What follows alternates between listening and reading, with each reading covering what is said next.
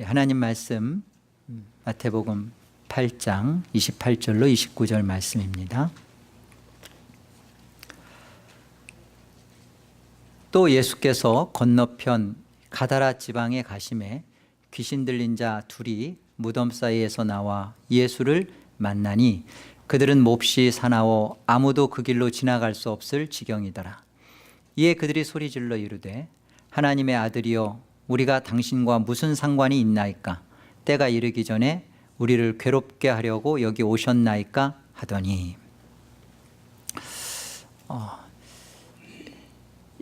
예수님께서 산 아래로 내려오셔서 여러 가지 표적들을 행하셨습니다.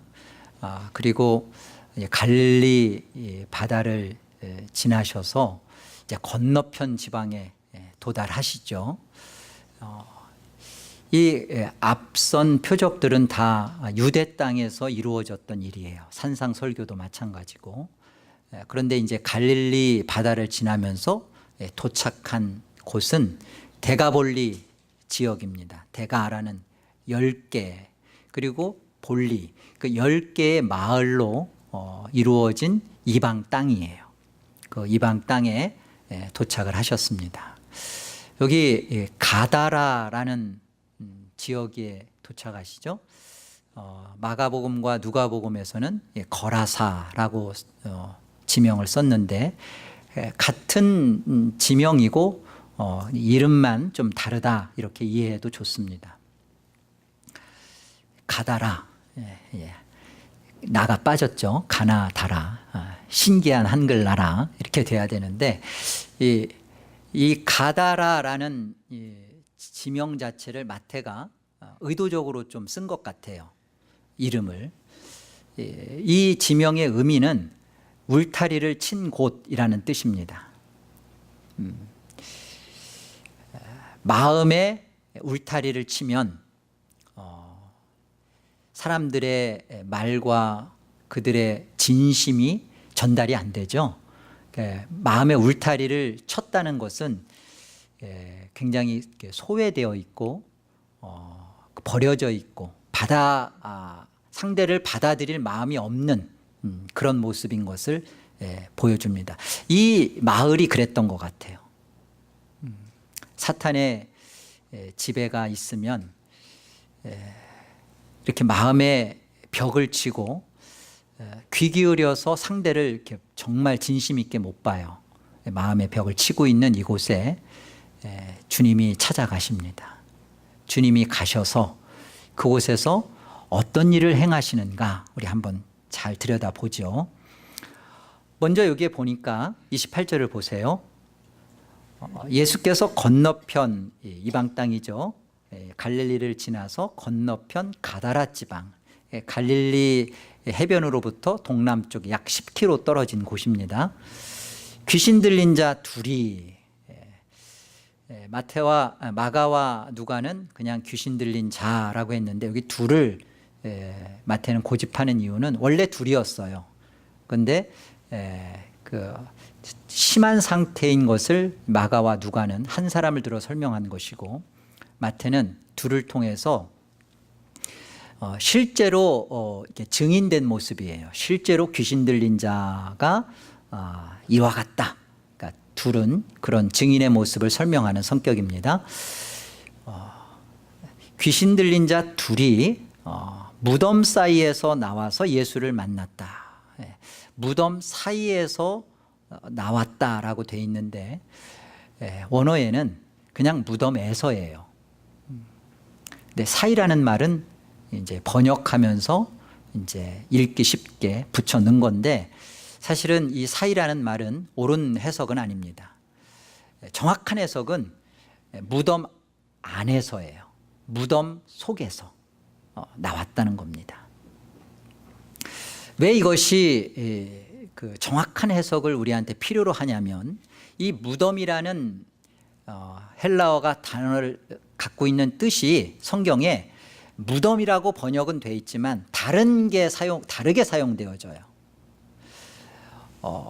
일테면 우리 마태복음 23장 27절에 보면 바리새인과 서기관들에 대하여 이 회칠한 무덤 같으니 할 때 그 회칠한이라는 단어와 같이 쓰여진 무덤은 타포이스라는 단어를 씁니다. 근데 그것은 말 그대로 그냥 묘지, 묘소, 매장 그런 뜻이에요.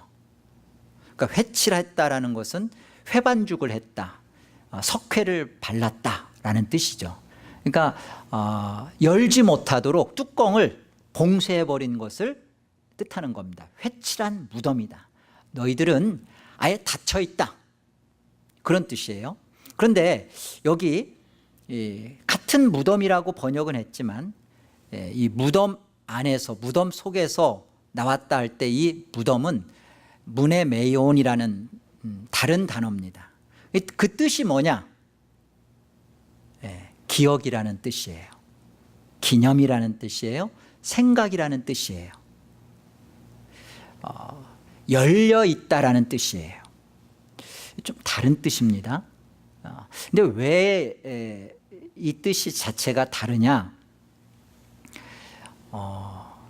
우리가 이 단어 자체가 무엇을 지금 설명하려고 하냐면, 귀신 들린 자가 지금 무덤 안에서 나오는데 이 귀신 들린 자가 둘로 설명되는데요. 누구냐는 거예요. 귀신 들린 자가 누구냐? 여러분, 귀신 들린 자가 그냥 죽어서 그냥 묘소에 갇혀 있는 그런 자로서 끝나는 게 아니라 정말로 기억되어져야 할 자예요. 이 귀신 들린 자는 기억해야 할 자입니다. 뭘 기억해야 되죠? 자기가 누구인가, 자기가 정말 어떤 자인가를 기억해야 할 모습인 것을 설명하는 겁니다. 무덤이라는 뜻이. 요한복음 우리 5장 한번 가보실래요? 요한복음 5장, 우리 하나님 말씀 한번 가봅시다.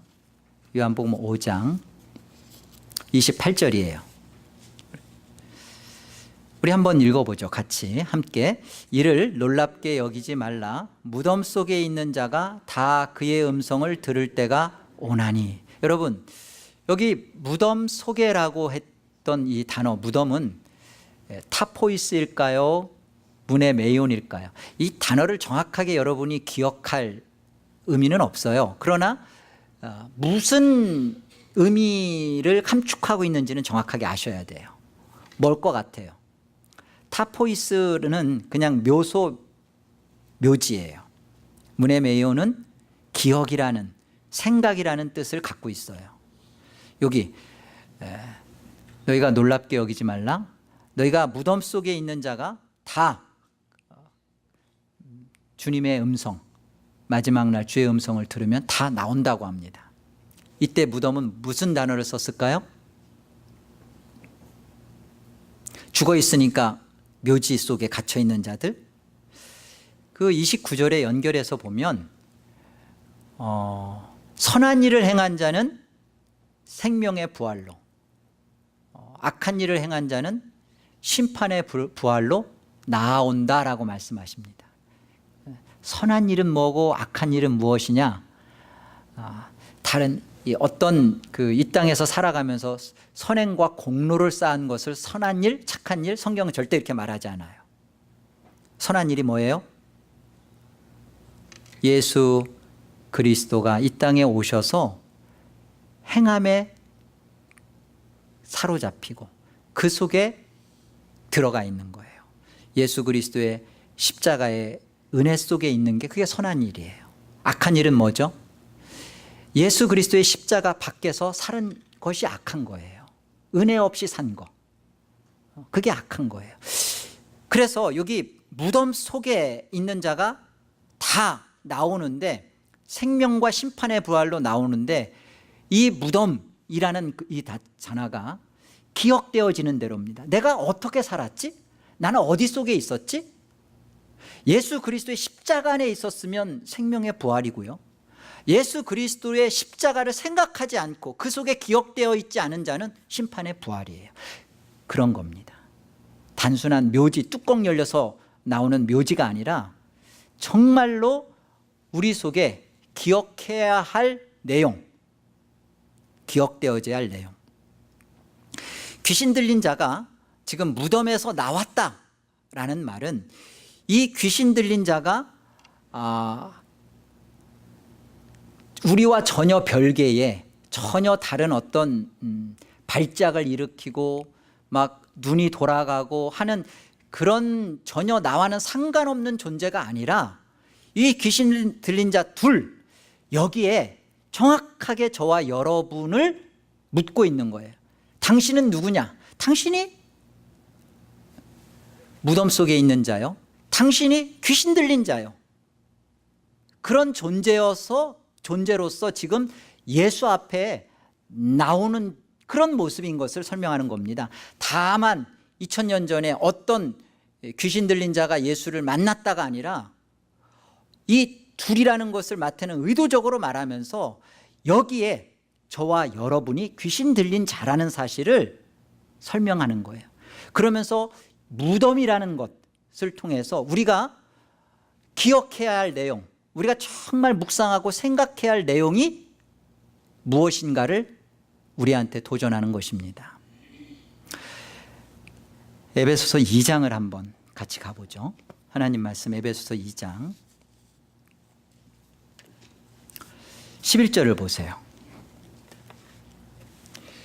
그러므로 뭐라고 돼 있어요? 생각하라. 개역 한글에는 기억하라. 그런데 이 단어가 문해메이온에서 나온 단어예요. 무덤이라는 단어에서 나온 게 바로 이 단어예요. 원어는 문해뉴 네오라는 그 단어를 썼는데요. 이 무덤에서 나온 단어입니다. 생각하라는 겁니다. 그러니까 지금 계속 연결하여서 설명되어지는 이 내용들은 우리가 내가 무덤이구나 라는 것을 가지고 들여다봐야 돼요. 그냥 단순히 전혀 상관없는 내용이 아니라 무덤과 관련하여 내가 무덤 속에서 나온 귀신 들린 자구나라는 것을 생각하고 이 말씀을 보아야 되는 거예요. 자, 잘 다시 한번 보세요. 무엇을 생각하라고 하는지, 무엇을 저 여러분이 기억해야 되는지. 11절, 그러므로 생각하라. 너희는 그때 육체로는 이방인이요 손으로 육체 행한 할례를 받은 무리라 칭하는 자들로부터 할례를 받지 않는 무리라 칭함을 받는 자들이라. 사실 이방인이라는 거예요. 전혀 하나님의 구원의 은혜를 받기에는 어떤 자격과 조건도 없는 자였다라는 설명을 하는 겁니다. 그때 너희는 그리스도 밖에 있었고 이스라엘 나라 밖의 사람들이라. 약속의 언약들에 대하여는 외인이요 세상에서 소망이 없고 하나님도 없는 자이더니. 이게 너희였다는 거예요. 이것을 먼저 기억시키는 겁니다. 너희가 이런 존재다. 하나님 없었던 자요, 약속과 상관없는 자요, 그리스도 밖에 있었던 자요, 소망이 하나님이 너희에게 소망을 둘 수 없는 그런 존재였다는. 여러분, 그런 존재가 나였다라는 것 여러분 잊고 있죠? 기억하십니까? 나는 엄마 뱃속에서부터 교회 다녔어.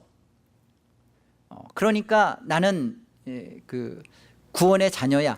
아니요, 그리스도 밖에 있었어요. 우리에게 하나님이 예수 그리스도로 말미암아 은총을 베풀어 주기 전 저와 여러분은 하나님과 아무 상관이 없고요. 우리는 하나님을 알지도 찾지도 그리고 그 하나님으로부터 어떤 은혜를 받을 자격도 없는 자였습니다. 이렇게 전혀 상관없는, 우리는 이방인이었어요. 한마디로 말하면 우리는 그냥 귀신 들린 자였어요.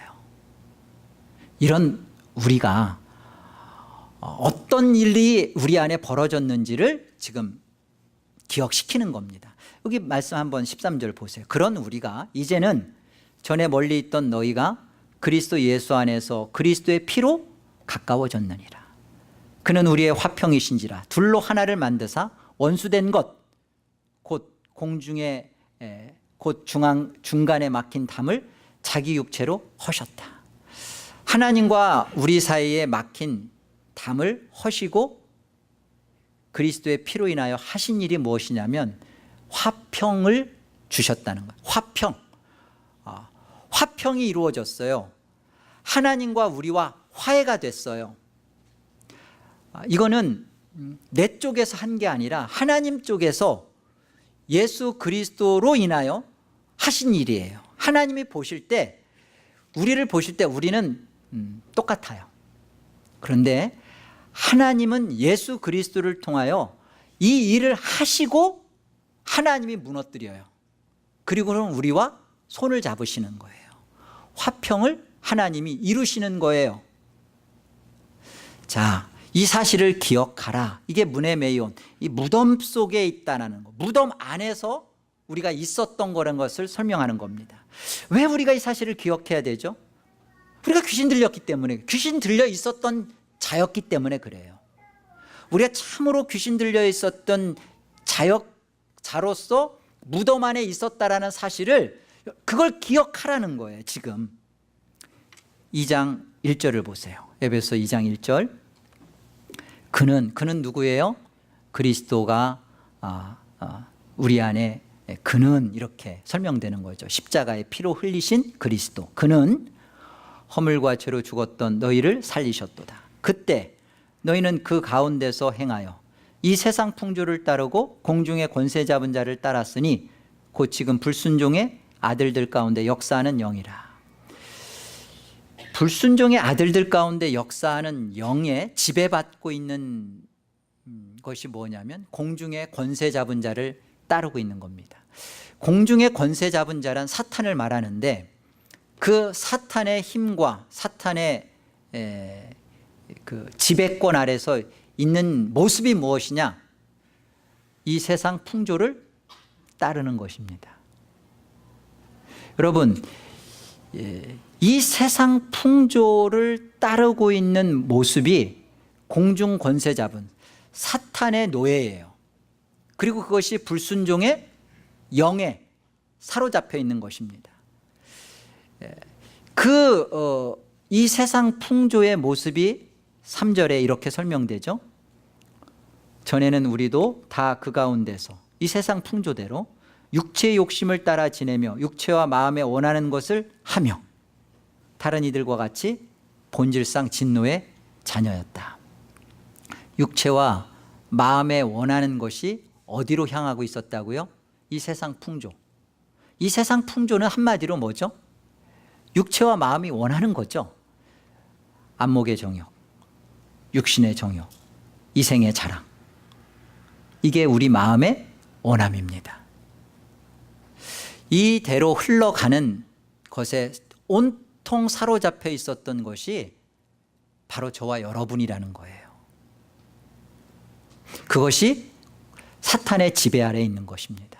사탄의 지배 아래에 있는 모습이 귀신 들린 자의 모습이에요. 귀신 들린 자는 어떤 모습으로 지금 나오냐면, 마가와 누가의 설명에 더 비추어서 보면 너무나 그 상황이 심각하고 또 참 지경이 너무나 안하무인이 되어서 묶어놓습니다. 쇠사슬을 채워놔요. 그리고 쇠고랑을 그 안에 결박을 시켜놔요. 그런데 힘이 어찌나 센지 쇠사슬을 끊고 쇠고랑을 깨뜨려요. 그리고 자기 몸을 자해합니다. 몇 번이고 그래서 사람들이 그 곁에 갈 수도 없어요. 이 모습이 어떤 모습이에요? 사탄에게 지배받고 있는 모습이에요. 공중 권세 잡은 자의 노예로 있는 모습이에요. 그런 모습 속에 나타나는 것이 지금 귀신 들린 자입니다. 근데 이 귀신 들린 자는 어떤 힘에 사로잡혀 있는 거예요. 어떤 힘에 사로잡힌 거예요? 공중 권세 잡은 자의 힘에 사로잡혔죠. 그 모습이 지금 에베소서에서는 뭐라고 설명하냐면 이 세상 풍조를 따르는 거다 그래. 육체와 마음에 원하는 대로 사는 것이다. 그게 귀신 들린 거예요. 많은 사람들이 이렇게 생각해요.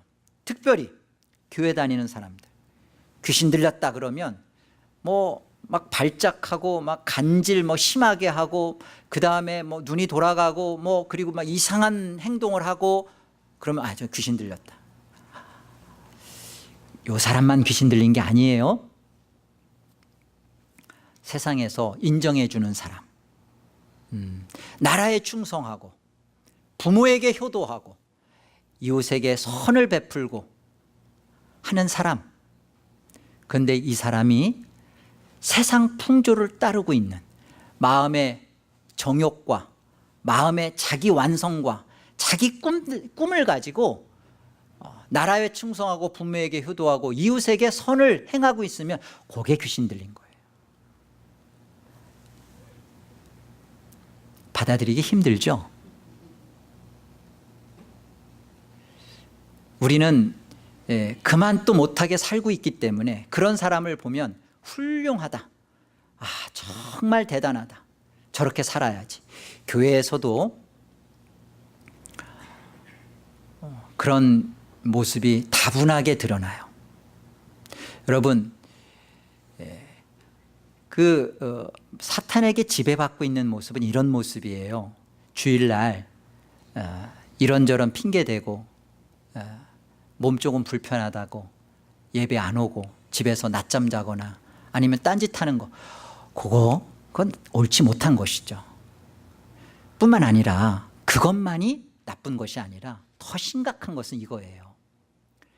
그럴싸한 옷을 입고 예배당에 왔는데 예배당에 앉아와 있는 그 예배 시간에 내 마음속에 나를 사로잡고 지배하고 있는 생각, 그게 뭐예요? 하나님 앞에 내 영혼이 엎드리지 않고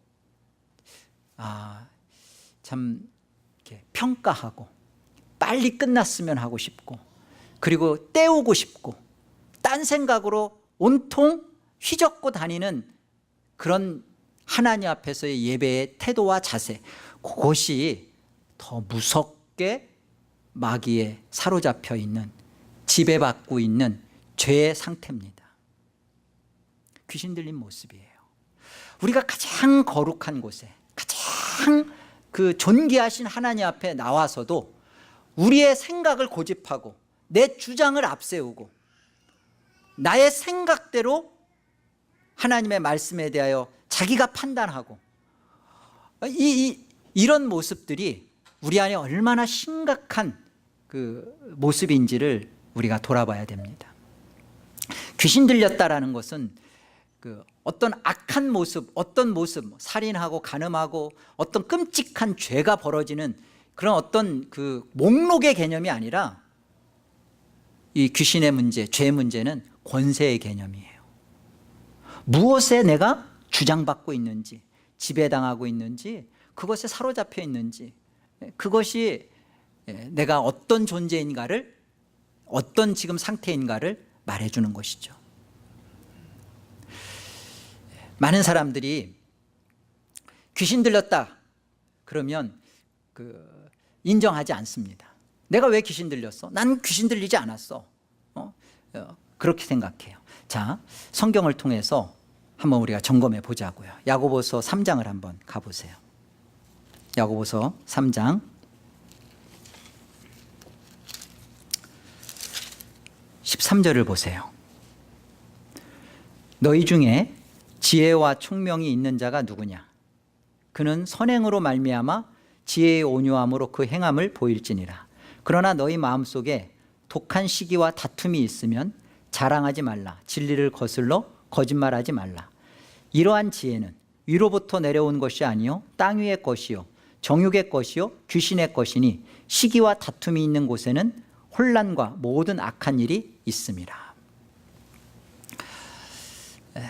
많은 사람들이 배웠다, 그리고 교회 생활하면서 나는 그래도 성경을 좀 안다, 그러면서 시기해요, 질투해요. 근데 성경은 이 시기와 질투 또 다툼, 이게 바로 악한 것이요 귀신의 것이라 그럽니다. 무엇을 하고 안 하고가 중요한 게 아니에요. 우리 현대 그리스도인들이 착각하는 게 그거예요. 나는 기도한다. 나는 하나님 앞에 봉사한다. 나는 하나님 앞에 찬양한다. 예배한다. 근데 무엇이 귀신의 세력이냐면 그 속에서 가장 거룩한 종교적인 형태를 갖고 있는 그 속에서 시기심이 나오고 질투가 나오고 그것 때문에 경쟁하고 다투고 그게 귀신 들린 거라고요. 성경이 그러잖아요. 못 받아주죠. 상대가 나보다 좀 인정받고 나보다 나은 상태에 있는 것을 받아들여지지 않죠. 그것에 대해서 배가 아픈 그 사촌이 땅을 사면 배가 아프다고 한 것처럼 배가 아프죠. 끊임없이 마음속에 그 상대를 깎아내리는 마음이 우리 속에 있죠. 그 하나님 앞에 그 자녀로 이렇게 같이 나와 있는 그 교회라는 그 예배 공동체 안에서도 끊임없이 상대에 대하여 인정하지 않고 받아들여지지 않고 상대를 무시하고 상대가 어떤 일에 대해서 신뢰를 얻고 존경을 받고 있으면 어떻게든지 흠집을 내서 그를 깔아 뭉개고 싶고 낮추어내고 싶은 받아들여지지 않는 마음. 네가 잘났으면 얼마나 잘났어. 알면 네가 얼마나 알아. 똑똑하면 네가 얼마나 똑똑해. 배웠으면 얼마나 배웠어. 가졌으면 네가 얼마나 가졌길래 그래. 이게 그 교회 안에 이 공중 권세 잡은 자가 그렇게 사로잡아서 우리들을 그 세력 안에 가두어 놓고 있습니다. 이게 실질적인 모습이에요. 이 안에서 또 다툼도 벌어져요. 시기심만 있는 게 아니라 시기의 대상이 되는 사람은 우습게 여기죠. 아주 별로 내세울 것도 없는 것이 인정도 안 하네. 내가 지보다 분명히 나은데 나를 인정 안 해? 아주 다투죠. 아예 그냥 깔아뭉개죠. 그냥 얕잡아 봅니다. 이게 그 안에 벌어지는 거예요. 그냥 내가 우습게 여겨지면 안 된다. 내가 깔보임을 당하면 안 된다. 내가 아무것도 아닌 존재가 되면 나라는 존재는 정말 없어진다는 이 생각 속에서 끊임없이 우리 스스로를 자아를 챙기도록 만드는 것이 그게 사탄의 힘입니다. 근데 우리는 속고 살아요. 내가 하나님 앞에 기도하니까, 내가 하나님 앞에 예배하니까, 내가 하나님 앞에 헌금하니까, 내가 하나님 앞에 찬양하니까 나는 신실한 자인 것처럼 착각하게 만들어요. 아니요, 보다 중요한 문제는 그런 행위를 하느냐 안 하느냐가 중요한 게 아니라 그 속에 우리가 참으로 귀신 들려 있는 자로 지금 무덤 속에서 나와서 예수를 만나야 되는 거예요. 이런 우리를 찾아오신 예수가 있는 거예요. 무덤에서 나와서 이 예수를 만나느냐가 중요한 문제인데 이것은 없이 교회만 나온다는 것으로 여전히 시기와 질투와 다툼을 갖고 있으면서도 그냥 종교적인 행위만 자꾸만 하면서 구원의 백성인 줄로 착각하고 가는 거예요. 아닙니다. 그런 모습은 절대 아니란 말이에요. 우리 17절과 18절을 한번 보겠습니다. 우리 같이 한번 합독해 볼까요? 함께요.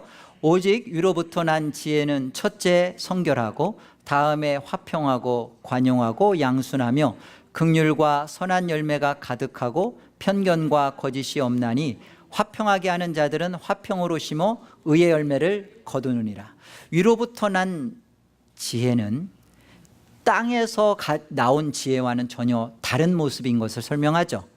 땅에서 나온 지혜는 거짓과 위선과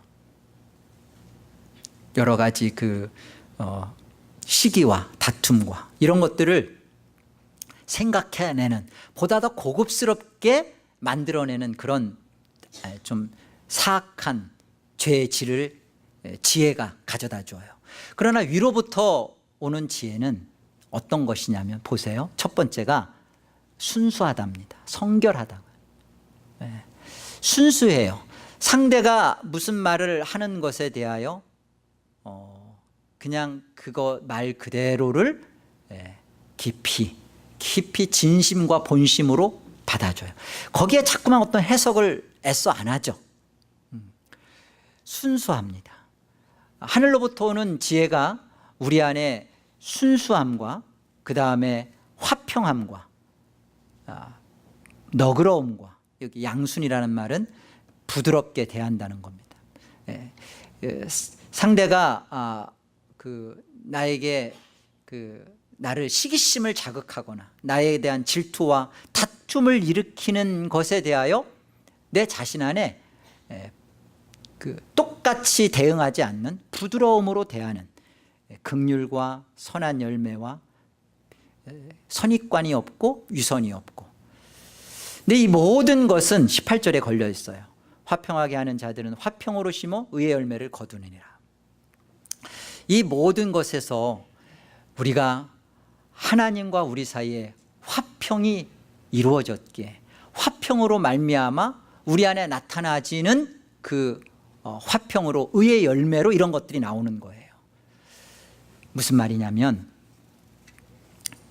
우리가 지금 목록을 살펴봤던 순수한 문제, 그 다음에 부드러운 문제, 관용의 문제, 이것을 우리 자신의 내적 성품으로 만들어가면 이 또한 이거 귀신 들린 거예요. 우리가 이렇게 만들어낼 수 있는 존재가 애시당초 못 됩니다. 그러면 성경은 지금 왜 이 위로부터 오는 지혜를 말하느냐? 여러분, 이것은 정말 거듭난 자요, 하늘로부터는 생명을 받은 자요. 그 생명 받았다는 증거가 뭐예요? 하나님께서 예수 그리스도의 십자가를 통하여 그 피로 말미암아 하나님과 나를 화평케 하신 그 은혜를 기억하는 거예요. 그 은혜에 사로잡혀 있는 거예요. 이것이 귀신 들린 자가 무덤 안에서 나오는 겁니다. 나와서 예수를 만나는 거예요.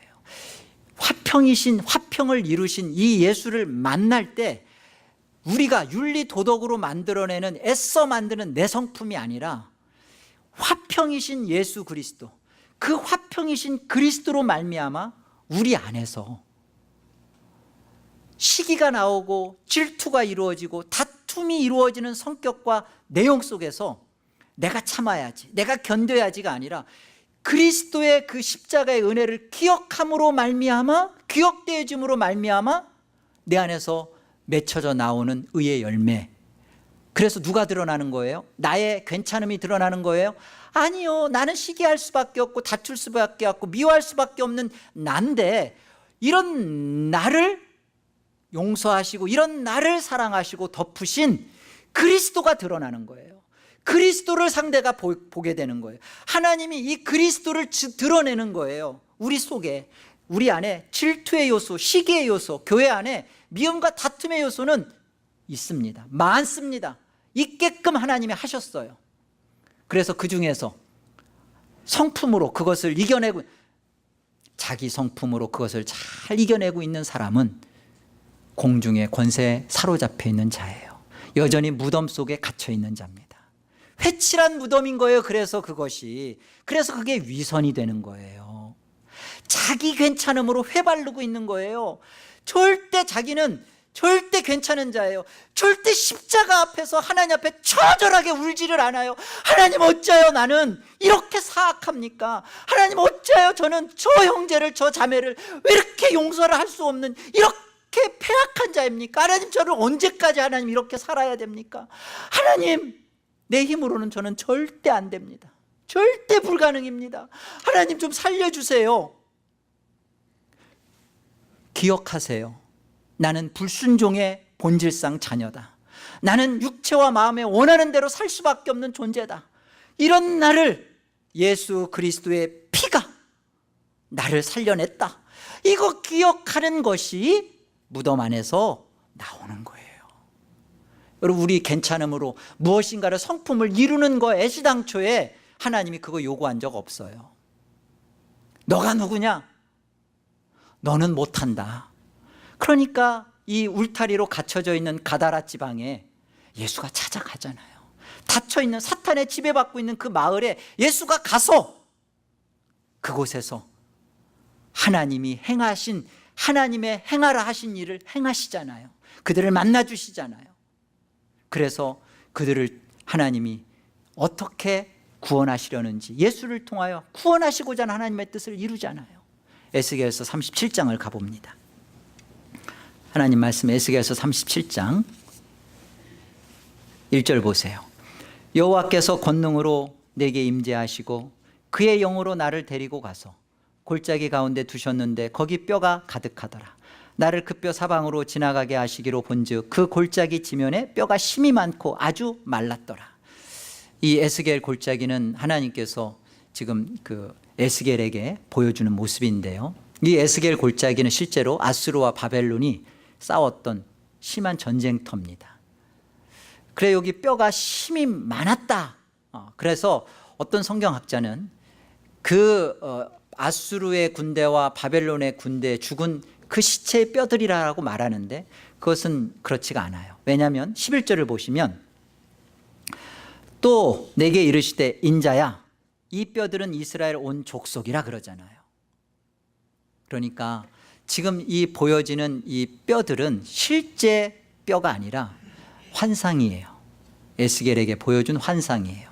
그런데 그 환상의 장면이 이 많은 뼈들이 뭐라고 말해요? 이스라엘 온 족속이라 그럽니다.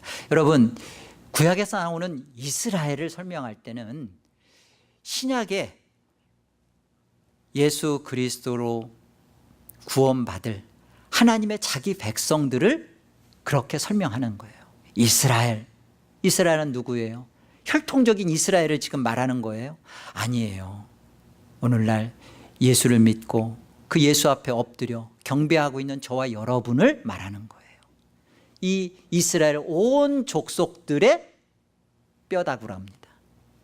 이렇게 무덤에 다 갇혀있는 우리들의 모습이에요. 하나님 보실 때 인자야, 에스겔아, 보이느냐? 내가 구원하고 내가 사랑하는 내 자녀들이 이와 같이 무덤에 다 갇혀 있다는 거예요.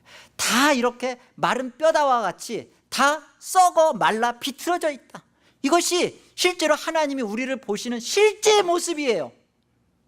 여러분, 예배하고 교회 오고 버젓이 하나님 앞에 신앙생활 한다고 해서 나는 무덤과는 상관없어, 나는 정말 저 불신자들과는 질이 달라, 나는 저 귀신 들린 자들처럼 저렇게 막 뭔가 그냥 그 알코올에 잡히고 막 정욕에 끌려다니고 돈에 사로잡혀, 난 저들과는 달라, 나는 고귀해, 난 하나님 앞에 이렇게 성경도 읽고 기도도 하고 난 고귀해. 하나님 보실 때 그 고귀함 속에 우리는 마음의 육체에 원하는 대로 내 욕심대로 시기와 다툼과 질투를 갖고 있는 귀신 들린 자라고요. 똑같이 무덤 속에 있는 죽은 자들이라고요. 우리는 대책이 없어요. 우리는 하나님 앞에 구원 받을 수도 없을 뿐만 아니라 구원을 소망하지도, 구원 자체를 원하지도, 아니 구원이 필요한지도 모르는 그런 인생으로 우리는 있었단 말이에요. 우리가 나기도 전에 이스라엘을 통하여서 우리의 실제 모습이 이거예요. 나는 어렸을 때부터 교회 다녔어요. 교회 다니면 뭐예요? 그 교회에서 뭐 했어요? 다 우리는 내 이 세상 풍속 쫓아서 내 성공, 내 꿈, 내 자아 실현을 위해서 교회 다녔잖아요. 그렇게 하나님 믿는 것도 그 믿음조차도 나를 증명하려고, 믿음 괜찮은 거 보이려고 그러지 않았어요? 하나님이 너희들은 다 이스라엘 온 족속은, 내가 구원하려고 하는 내 자녀들은 다 무덤이다 그러는데 하나님 나는 아니거든요? 그러면 상관이 없는 거잖아요. 하나님이 이런 우리에게 무슨 일을 행하시는지 보십시오. 11절 다시 한번 보세요. 또 내게 이르시되 인자야 이 뼈들은 이스라엘 온 족속이라. 그들이 이르기를 우리의 뼈들이 말랐고 우리의 소망이 없어졌으니 우리는 다 멸절되었다 하느니라. 하나님, 정말 저는 불가능합니다. 하나님, 정말 대책이 없습니다. 하나님, 나는 무덤 속에서 이미 죽은 자로 썩고 있어요. 하나님 정말 내 안에서 진실함과 깨끗함이라는 것을 찾아볼 수가 없네요. 어떻게 하면 좋지요?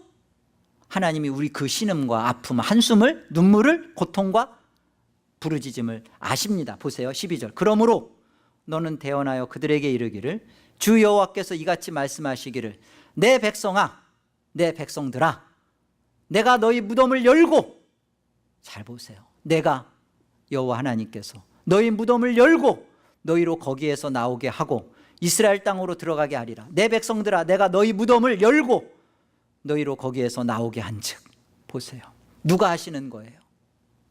무덤을 열어서 우리를 나오게 하시는 일을 하나님이 우리에게 하시겠답니다. 우리의 이 절망스러운 이 세상 풍속에 끌려다니는 마음의 육체와 원하는 그 본질상 진노의 자녀의 모습으로 우리의 정욕을 이겨낼 수 없는 우리를 하나님, 나는 썩고 있습니다, 마른 뼈예요, 무덤이 많네요, 하나님 어떻게 하면 좋지요? 하는 우리에게 하나님 어떤 일을 하시겠다고요? 무덤을 여시겠답니다.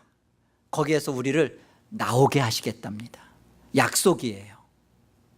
그 약속대로 하셔서 너희는 내가 너희를 구원한 여호와인 줄을 알게 하겠다.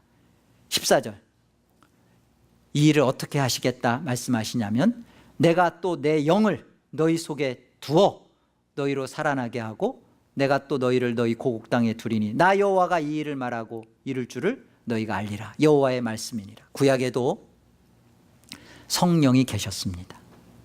구약에 성령이 없고 신약에 성령이 계신 게 아니에요. 영원 전부터 성부와 성자와 성령 삼위 하나님은 함께 하셨어요. 그리고 천지를 지을 때도 우리를 만드실 때도 삼위 하나님이 다 존재하셨습니다. 한 번도 떨어지신 적이 없어요.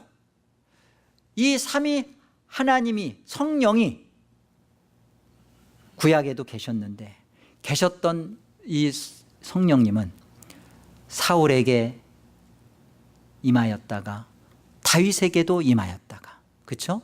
사울에게서 성령이 떠나시기도 하시고. 그래서 다윗이 그러잖아요.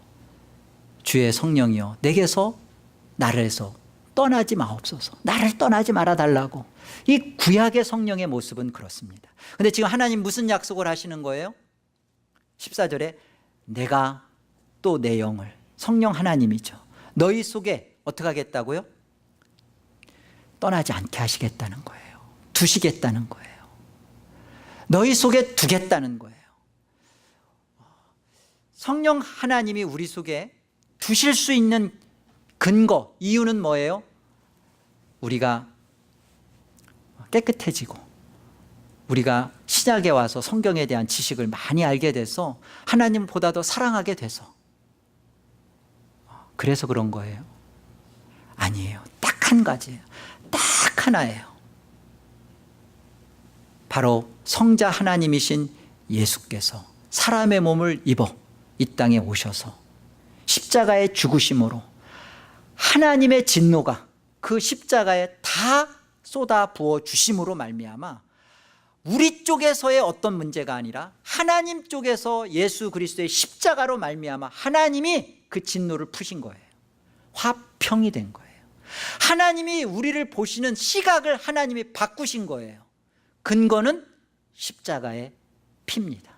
십자가로 말미암아 우리가 하나님 앞에 우리의 존재는 여전히 시기와 질투와 무덤이에 똑같습니다. 그런데 이런 우리를 무덤에서 나오게 하시고 성령을 우리 안에 주셔서 우리로 하여금 이제 어떻게 하시는 거예요?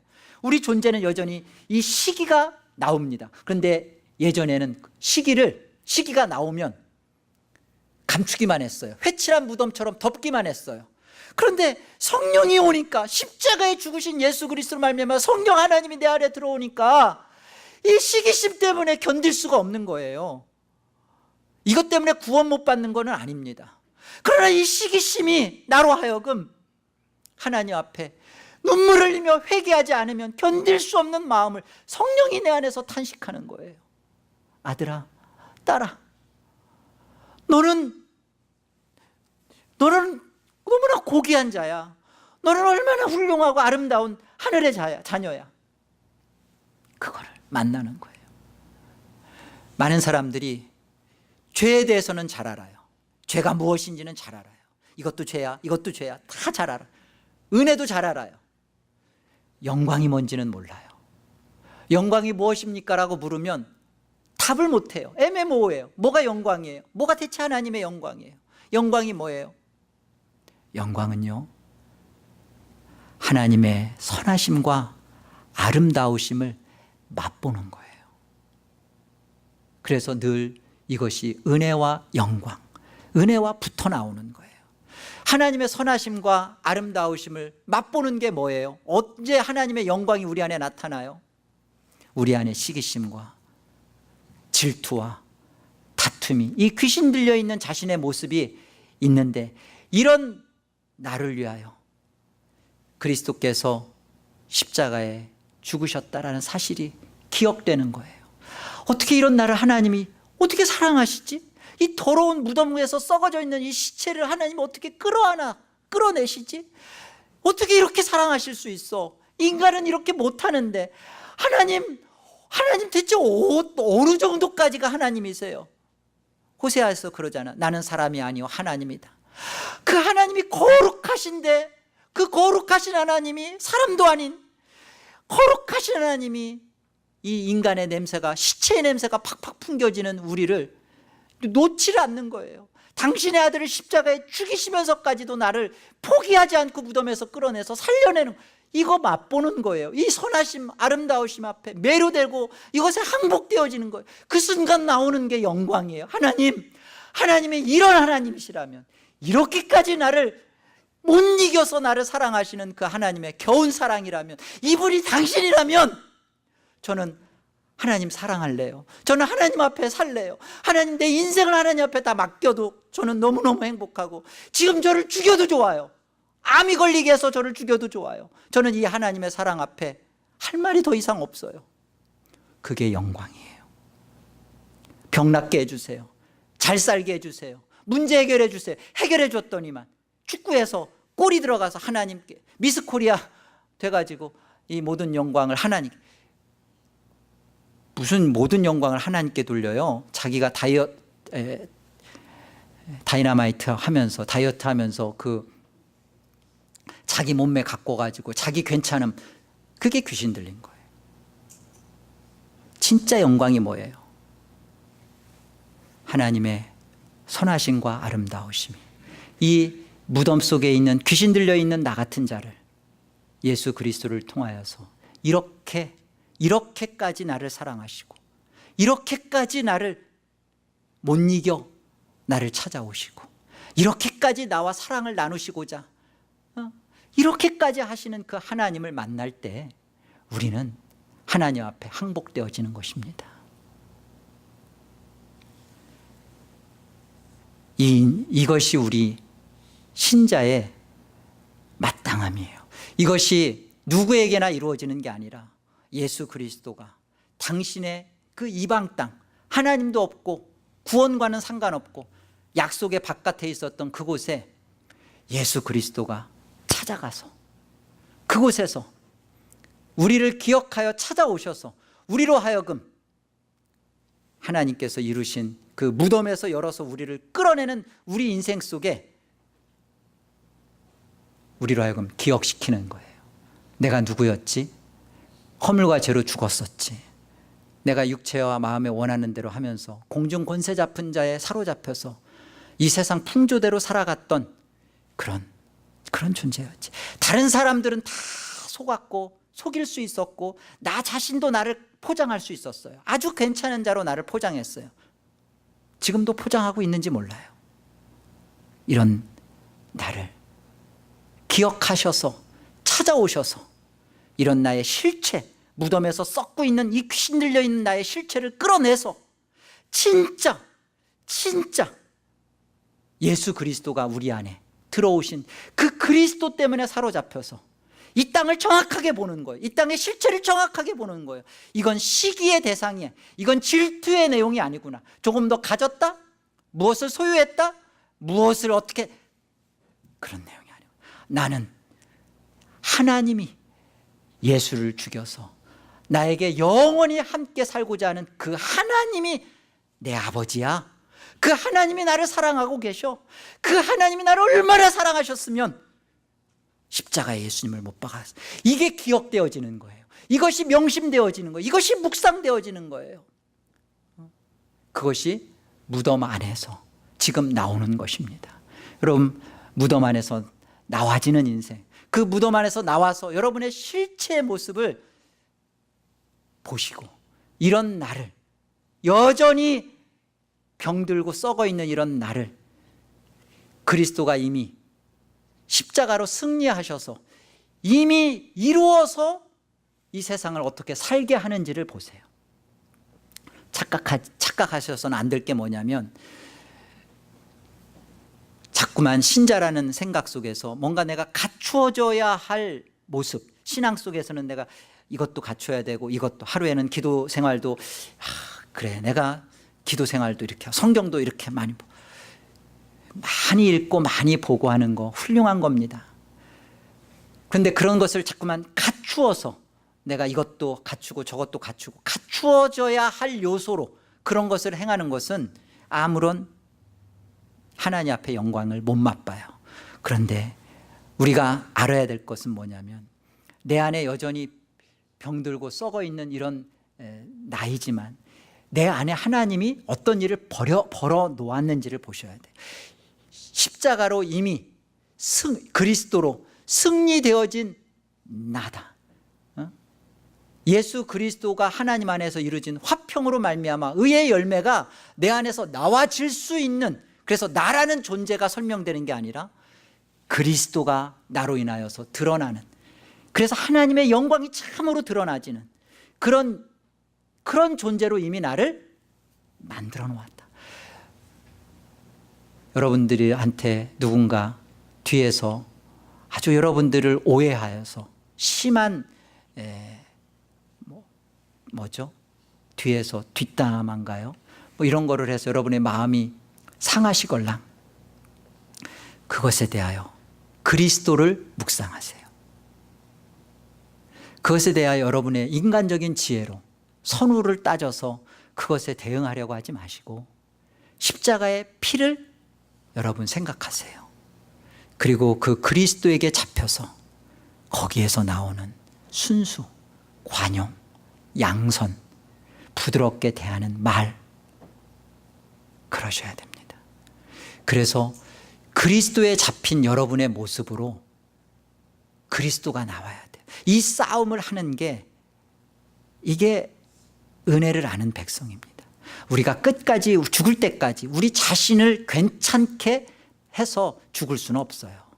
우리는 죽을 때까지도 시기심이 우리 안에 있을 겁니다. 그런데 달라지는 게 있어요.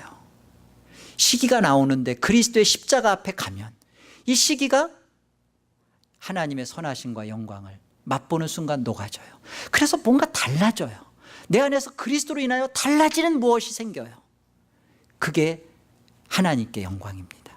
여러분의 괜찮음을 만들지 마시고 그리스도의 십자가를 많이 생각하시고 무덤에서 나오셔서 여러분의 귀신 들린 실체를 그리스도가 어떻게 벗어나게 했는지, 은혜의 나라, 생명의 나라, 평강의 나라, 어둠의 죄의 권세에서 그 아들의 나라로 옮긴 우리의 그 복된 자유함을 여러분 그거 증거하세요. 이게 오늘을 살게 하고 또 한 주를 우리에게 살게 하신 하나님의 은혜입니다. 아무것도 아닌 게 아니라 이렇게 살아서 하나님 앞에 살아가는 것이 우리의 마땅한 구원의 자녀입니다. 성도로서의 이 귀한 영광과 이 또 하늘의 기쁨을 맛보는 이 특권을 누리시는 한 주의 복된 여러분의 삶이 되기를 소원합니다. 기도하겠습니다. 하나님 아버지, 은혜를 감사합니다. 우리 안에 십자가로 이미 승리되어진 나의 모습을 만나고 찾게 해주셔서 감사합니다. 여전히 우리는 불의하고 여전히 우리는 하나님 앞에 시기와 질투로 뭉쳐진 죄악 덩어리요 본질상 진노의 자녀이지만 이런 우리를 그리스도의 십자가의 피로 살려내시고 하늘의 그 복된 선하심과 영광을 맛볼 수 있는 그런 존재로 우리를 살려주신 것 감사합니다. 이 복된 영광을 누리게 하옵시고 증거하게 하옵시고, 그래서 나의 괜찮음이 아니라 내 안에 계신 그리스도, 나를 살려내신 하나님의 선하심과 영광이 드러나는 우리의 남은 여생이 되게 하여 주시옵소서. 예수님 이름으로 기도드리옵나이다.